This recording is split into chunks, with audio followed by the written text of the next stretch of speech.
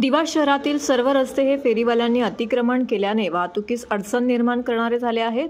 दिवा शहरातील प्रमुख रस्ते फेरीवाले मुक्त करा आणि शहरातील लाखो नागरिकांना दिलासा द्या, अन्यथा प्रशासनाच्या गलथान कारभाराविरोधात आंदोलन करू असा इशारा ठाकरे गटाचे दिवा शहर संघटक रोहिदास मुंडे यांनी दिला आहे। रोहिदास मुंडे यांनी याबाबत दिवा प्रभाग समिती सहाय्यक आयुक्त यांना पत्र दिले असून त्यात म्हटले आहे की या फेरीवाल्यांना रस्त्यावर बसवणारे दिवा शहर बकाल करत आहोत।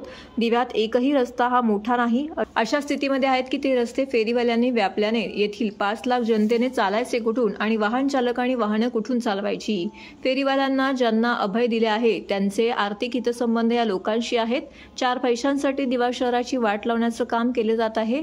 दिवा स्टेशन ते आगासन रस्ता, दिवा स्टेशन ते मुंब्रा देवी कॉलनी रस्ता हे सर्वच रस्ते फेरीवाल्यांनी व्यापले आहेत। यामुळे वाहतूक कोंडी होत असून नागरिकांना चालण्यासाठी देखील जागा मिळत नाही असं मुंडे यांनी पत्रात म्हटलं आहे।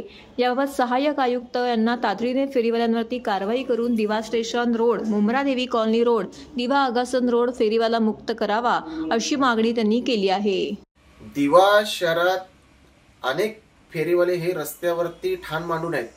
कित्येक वेळा शिवसेना उद्धव बाळासाहेब ठाकरे पक्षाकडून आम्ही दिवा प्रभाग समिती सहाय्यक आयुक्त अक्षय गुर्दे यांना वारंवार आम्ही सांगितले की दिव्यातले फेरीवाले हटवून दिव्यातील रस्ते हे मोकळे करा, परंतु याकडे अक्षय गुर्दे हे प्रामुख्याने दुर्लक्ष करताना दिसत आहेत। आज दिव्यातील दिवा आगासन रोड, दिवा स्टेशन, मुंब्रा देवी कॉलनी रस्ता आपण पाहाल तर त्या रस्त्यावरती आणि फुटपाथवरती सर्व फेरीवाले बसले जातात आणि या फेरीवाल्यांकडून प्रत्येक हातगाडीकडून 50 रुपये हे हप्ता वसुली केली जाते। मग या हप्त्यात कोणाचे हात बरबडलेत हे प्रथम शोधणं महापालिकेने गरजेचे आहे की यांचे हे यात आर्थिक हितसंबंध लागू आहेत का महापालिकेचे हेही पाहणं गरजेचं आहे। आम्ही वारंवार महापालिका सांगतोय परंतु महापालिका याकडे दुर्लक्ष करत आहेत।